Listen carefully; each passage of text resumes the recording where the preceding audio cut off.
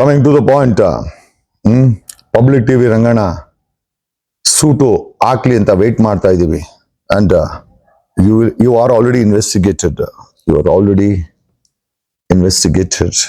Okay, already ನಿಮ್ಮನ್ನ investigation ಮಾಡಿದ್ದೀವಿ.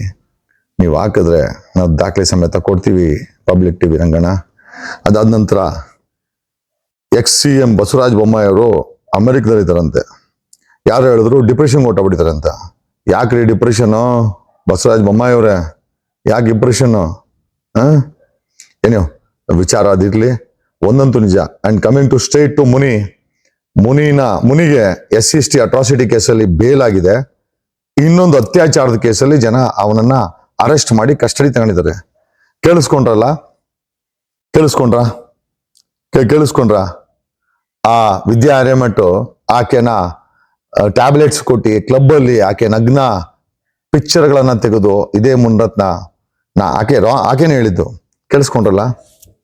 ಇಂಥ ಸೈಕೋಗಳ ಜೊತೆ ಸಮಾಜ ಇಂಥ ಸೈಕೋಗಳಿಗೆ MLA ಆಗಿ ವೋಟ್ ಮಾಡುತ್ತೆ, ಇಂಥ ಸೈಕೋಗಳನ್ನ MLA ಮಿನಿಸ್ಟರ್ ಮಾಡುತ್ತೆ ಅಂತಂದ್ರೆ ಸಮಾಜಕ್ಕೆ ನಿಜವಾಗ್ಲೂ ಬುದ್ಧಿ ಇದೆಯಾ? ಅವ್ರು ವೋಟ್ ಹಾಕೋರಿಗೆ ನಿಜವಾಗ್ಲೂ ಬುದ್ಧಿ ಇದೆಯಾ?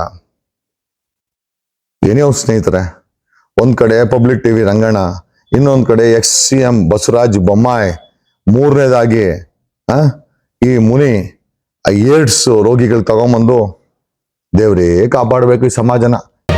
ಮತ್ತಷ್ಟು ಸುದ್ದಿಗಳಿಗಾಗಿ ನೋಡ್ತಾ ಇರಿ ಪಬ್ಲಿಕ್ ನ್ಯೂಸ್ 24x7. ಇದು ಸತ್ಯದ ಧ್ವನಿ.